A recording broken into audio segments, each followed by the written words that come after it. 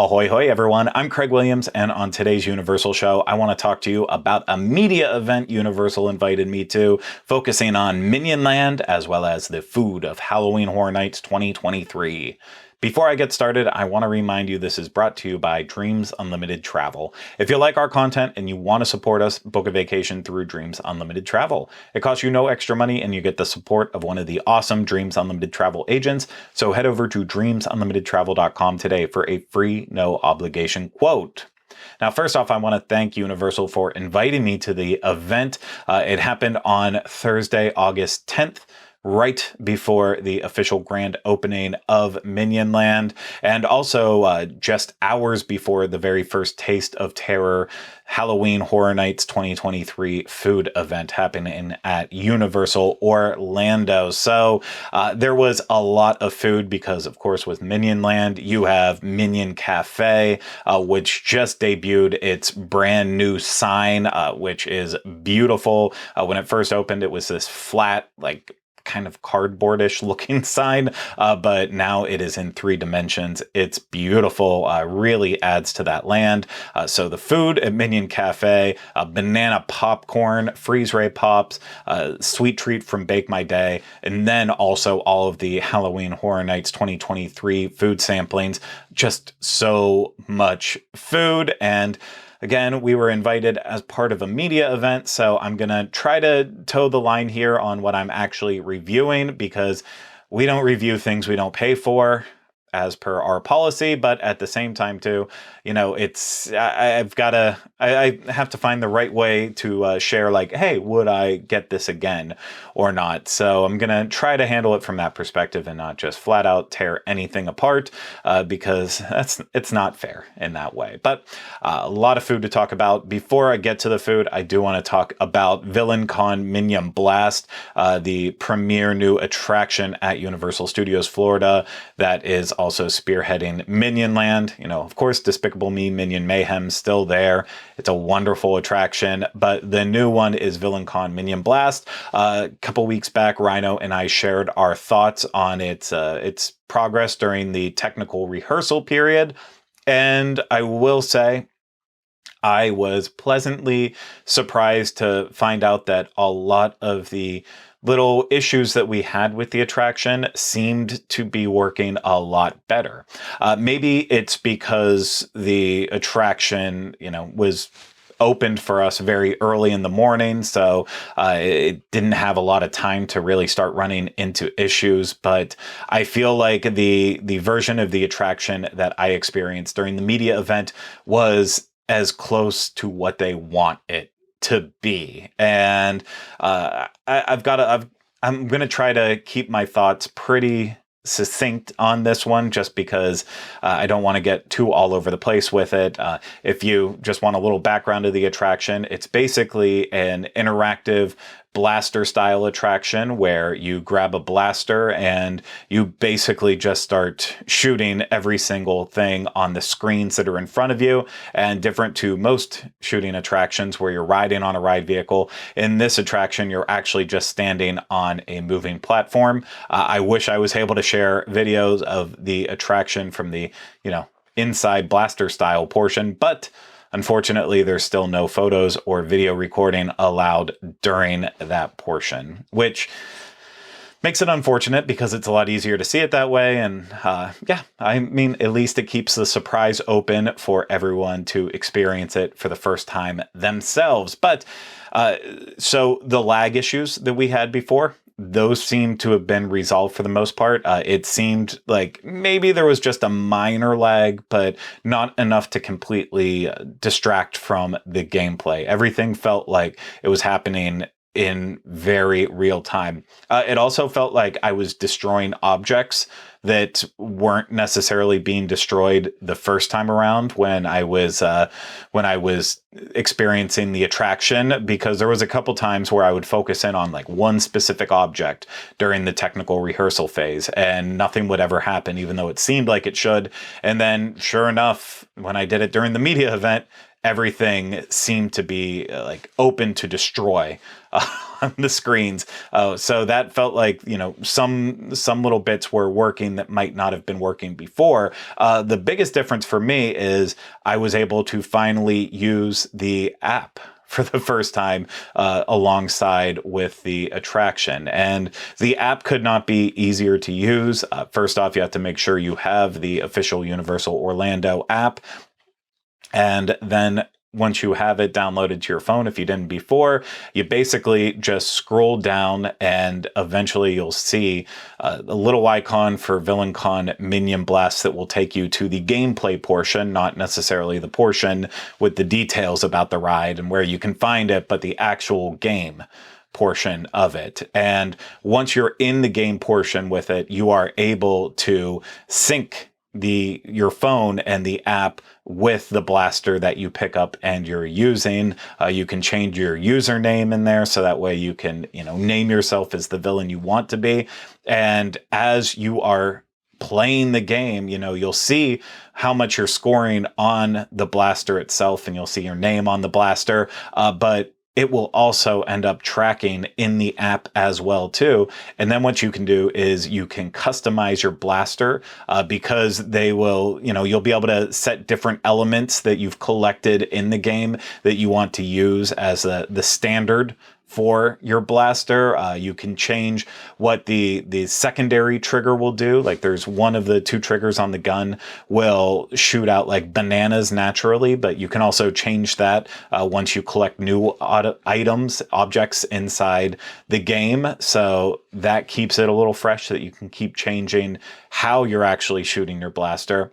But then even one step beyond that too, there's extra collectibles that you can get in there that are kind of like little mementos of your time with Villain-Con Minion Blast. But it's really cool how they were able to make the app function hand in hand with the attraction, but at the same time too, I don't feel like I need to be glued to my phone and like going through every little detail that they have in the app just because it's, you know, it's there. I felt like, oh no, I can, you know, set everything up and then have it all locked into place before I start Villain-Con Minion Blast, but I don't need to like hyper focus on it the entire time. Once you get into the gameplay portion, all you have to do is focus on that. The other cool thing in terms of like the different blaster styles you can use, there's also going to be seasonal ones too, specifically with the secondary blaster, I believe. So like they said around November, I believe you could potentially be using like a turkey leg as what you're shooting off instead of the banana.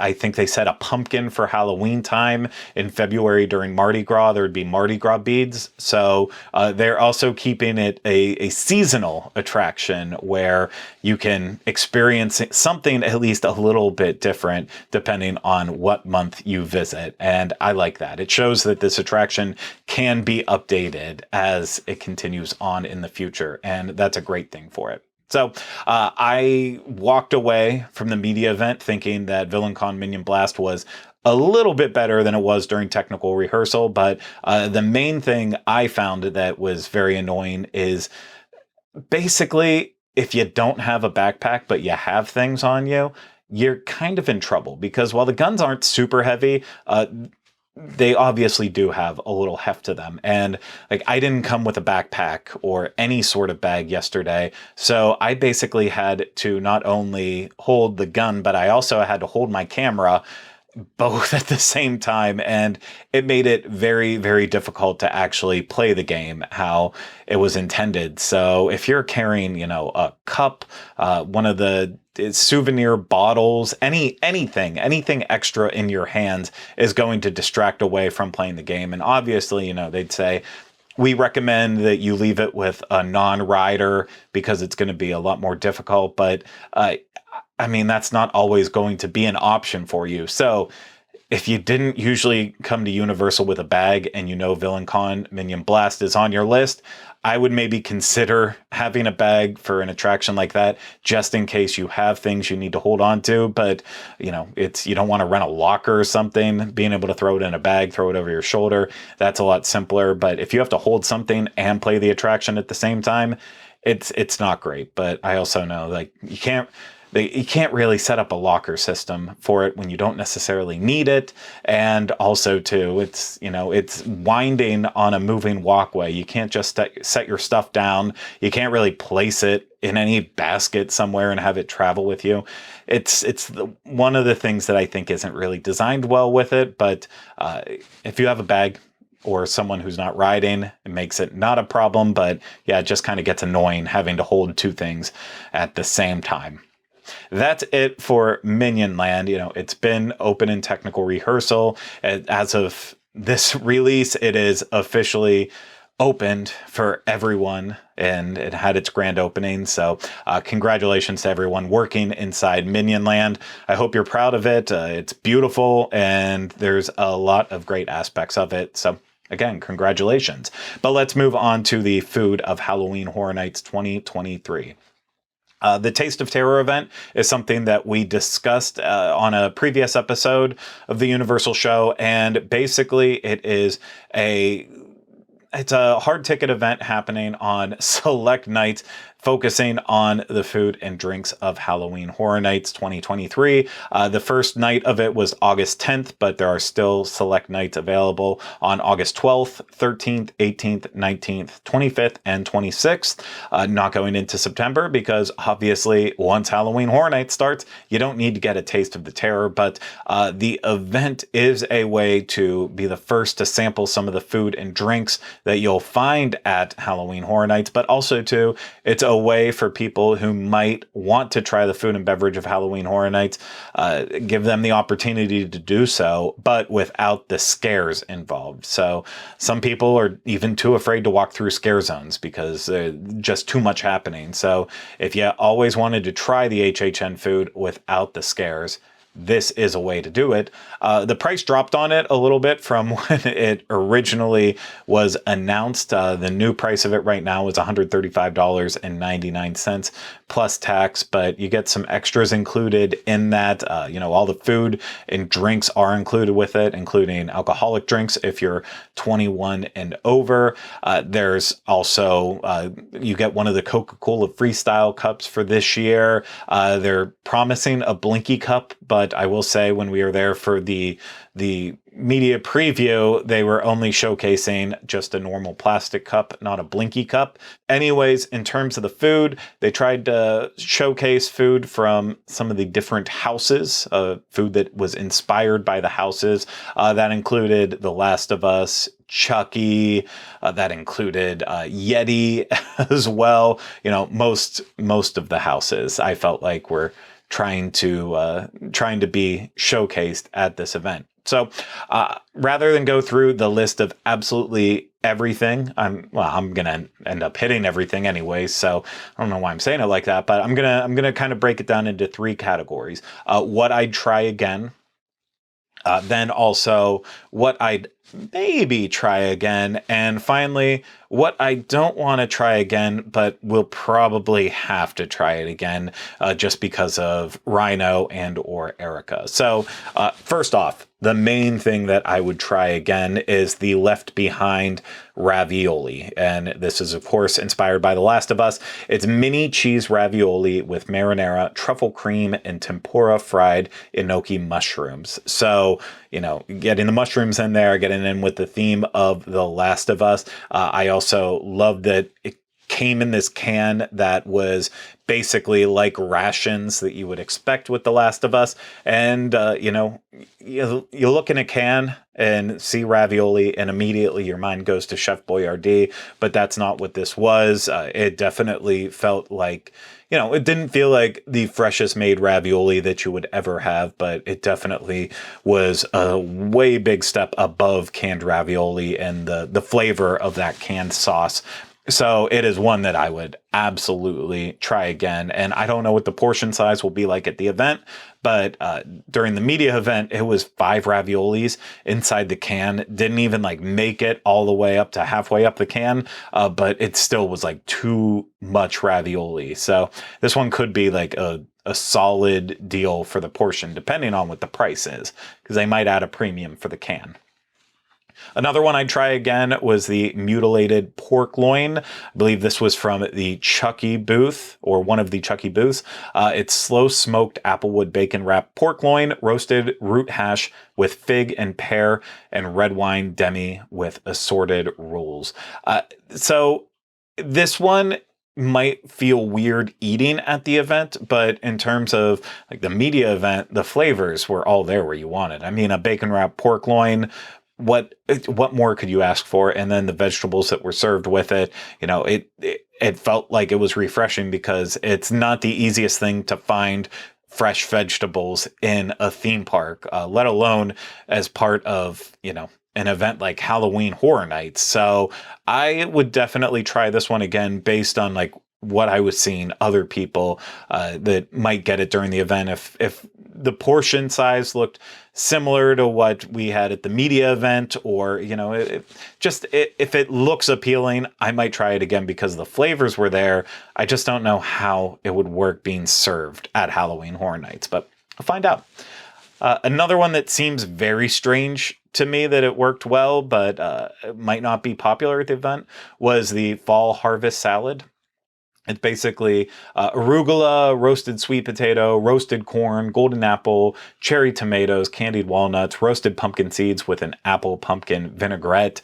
And yeah, a salad at Halloween Horror Nights might sound weird, but the apple pumpkin vinaigrette was just bursting with fall flavors. Roasted pumpkin seeds will always elevate any sort of salad. And honestly, with like the sweet potato and the apple and the walnuts, it just felt like a classic fall salad. So would definitely be welcomed at an event that is usually very hot, and you could use something on the cooler side. Something I think will be incredibly popular is the vegan walking taco. This is Fritos chips topped with vegan chorizo, shredded mozzarella, roasted corn salsa, pico de gallo, shredded lettuce, and cilantro. If you have never had a walking taco before, it's very kitschy, but usually delicious. Magic Kingdom had one for a while at Pecos Bill, Tall Tale Inn and Cafe. I mean, it's just all of the ingredients in your Fritos bag. It couldn't be any more straightforward. I will say the chorizo was some of the best plant-based chorizo I've tasted, in terms of being like, I could be fooled by this. Between the spiciness of the chorizo and just the regular seasoning in general, if someone walked up and handed it to me and said that this is not plant-based, I would totally believe them on that. Now on to desserts that I would try again. Mini Oreo Mummy Pop, an Oreo cheesecake pop with candy eyes. And I missed the part while I was eating it at the media event where it was an Oreo cheesecake pop. So the entire time I'm sitting there eating it saying, you know, it tastes like cream cheese, but I'm not necessarily getting a lot of Oreo. And well, you know, that made sense because it's Oreo cheesecake. So a little light on the Oreo flavor, but hits the cheesecake. And when you put it on a stick, very easy way to eat it. There's also a mini pumpkin dulce de leche puff. It's a pumpkin and dulce de leche filled puff topped with whipped ganache, pumpkin seeds, and gold accents. It's pumpkin spice all over the place and a soft cream puff. It is fall flavors again, just encapsulated in a dessert fashion. So I will be getting this one again, absolutely. And finally, there's a mini trick or treat bucket. It's a chocolate creme brulee topped with peanut butter buttercream, caramel popcorn, candy corn, M&Ms, Reese's Pieces, and licorice strip. Normally, I don't care for desserts that have too much happening on top of it. So with this one, I kind of just ate through it anyways. None of the toppings were really bothersome to me. The flavor that dominated this one was the peanut butter buttercream, and I you get a slight hint of chocolate in there as well too, so you're getting that Reese's peanut butter cup or Reese's Pieces vibe to it. But yeah, if you like that flavor combination of heavy peanut butter with a little bit of chocolate, then this would be a treat you want to try. And I definitely want to get it again because these were like really mini. I want to see if it's served at the event as a mini style dessert or if it'll be on the bigger side. Could be very interesting in a bigger format. Now, what I might try again, this list is not as fun because obviously I had, again, not reviewing it, but clearly I had higher expectations for some of these and it didn't quite match it. So I know some of them I will have to try again, including the peanut butter booger. It's a smash burger with a peanut sauce, raspberry jelly, cheddar cheese, shaved onions, jalapeno bacon, and cherry peppers on a vampire bun. And yeah, this is everything that Rhino loves in a burger, even if he claims he doesn't love burgers. It's everything he would love, especially with the peanut sauce, and add in the jalapeno bacon and just get that spice to it. I was ready for a dancing assortment of flavors in my mouth. The raspberry jelly for this one just kind of dominated everything. Couldn't taste peanut at all in there. So I would like to, I do think I want to try it again during the event. Even if Rhino's not super crazy about it, I'd like to try it solely because I want to know I want to see how it is during that portion. Maybe I just picked up a burger that didn't have the right mixture of ingredients on it. The Bloody Campground Poutine, which is from the Yeti-inspired booth. It's crispy fries topped with Asian-inspired gravy, char siu roasted pork, cheese curds, scallions, and crispy chilies. There's also going to be a vegan portion served at Halloween Horror Nights for the poutine, and I thought with the poutine, the French fries they use are like really thin and kind of twisted. So they were like still crispy, but crispy on the outside, but soft on the inside. Works with, obviously gravy and juices from poutine. The Asian flair was definitely interesting. It had just a little tiny kick to the flavor without it being hot. The main thing I'm concerned about with it is the cheese curds itself. While they started off kind of like separated and stuff, they never really melted properly, and it just, once some of them did, they just kind of melted into a big cheese ball, and it wasn't the best way to have the poutine, where you're like, okay, a fry and then a giant cheese ball. That it didn't blend all together well. But I'll probably try this one again. I think I will.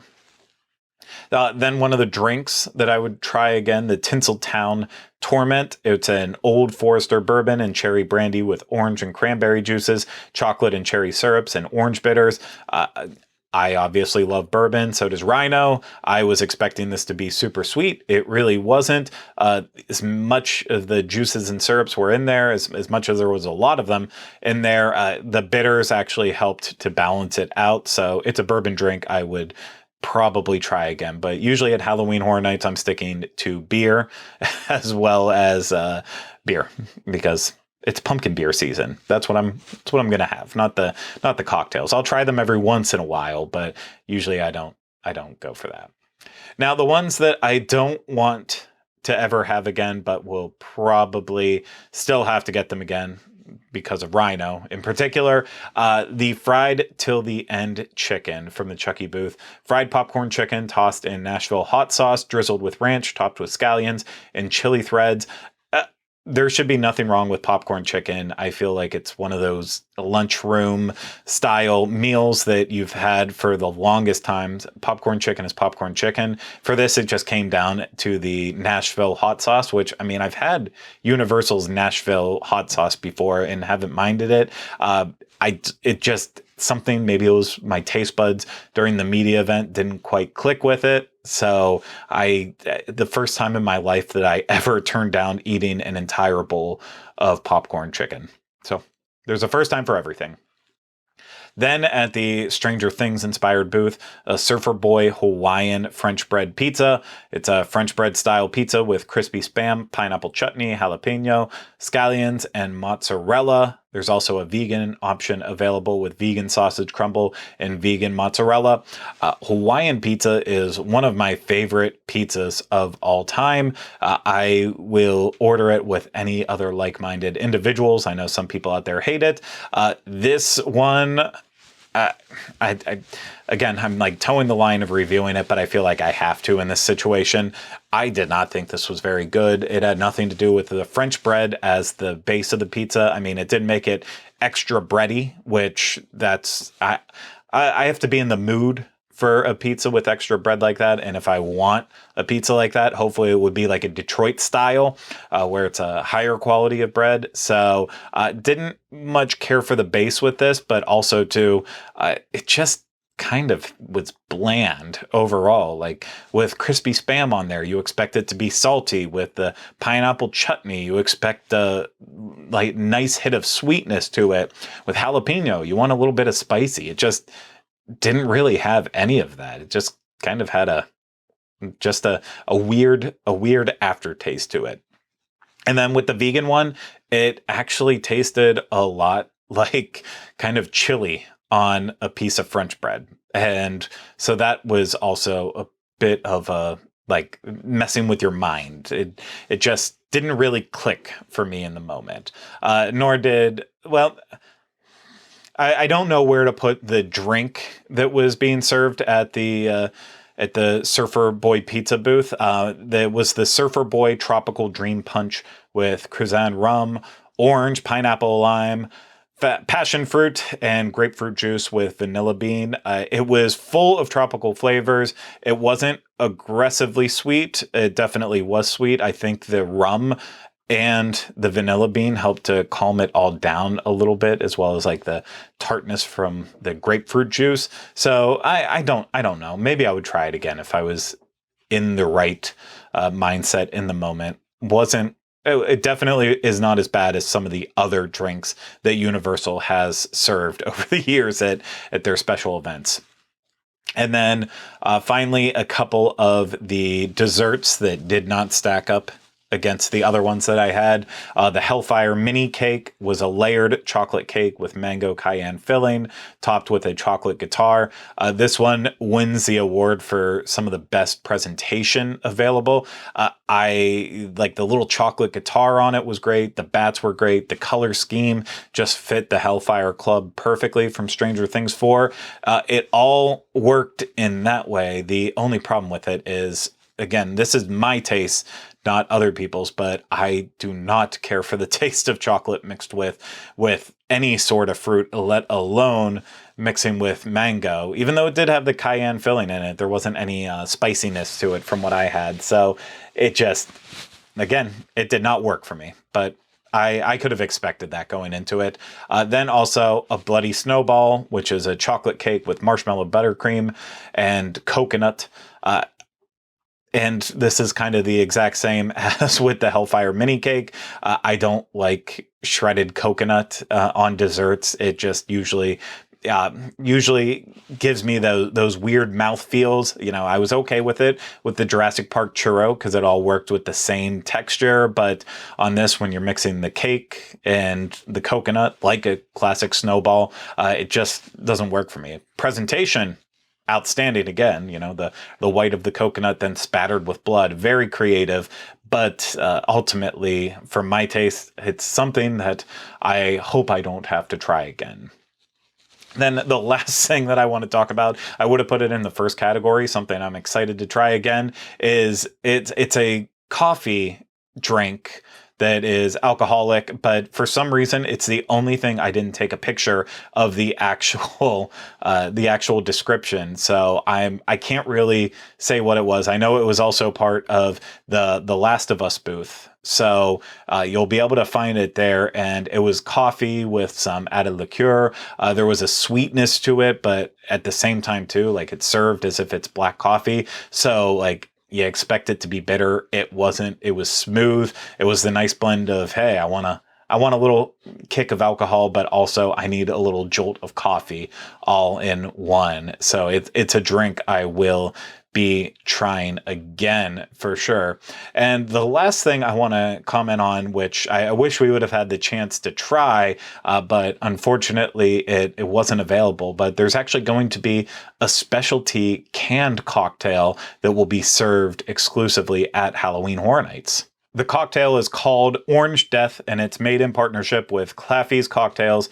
It's an eerily delicious combination of vodka, orange, and cranberry. So, not necessarily the most exciting drink, but it comes in a fun Halloween Horror Nights can, and you've always got to love that. And then in terms of other canned beverages being available at the event, the Voodoo Brewing Company Lacto Cooler will be back, Truly Vodka Seltzer, Kraken Black Spiced Rum and Cola, Miller Lite, and Original Sin Crimson Chaos Cider.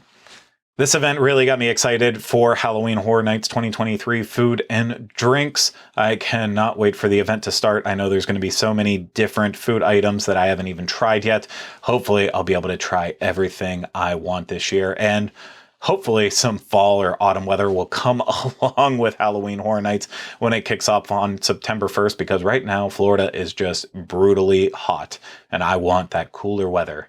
But thank you so much to Universal for inviting me out to this media event, checking out Minion Land, as well as Halloween Horror Nights 2023 food and drinks. And thank you to everyone out there for taking the time to listen and watch this. If you're watching this on YouTube, please leave in the comments what you're excited about for Halloween Horror Nights, as well as Minion Land. Leave a thumbs up if you enjoyed this. Subscribe to the channel. If you're listening to this, please subscribe wherever you listen to podcasts. And if you can leave a rating and review, please take the time to do so. And if you want to support us more, book a vacation through Dreams Unlimited Travel. Get a free no obligation quote today at dreamsunlimitedtravel.com. But that's going to do it for this episode of our Universal show. Again, I hope you enjoyed it, and we'll see you again real soon in the future with more Universal fun. Take care. Bye-bye.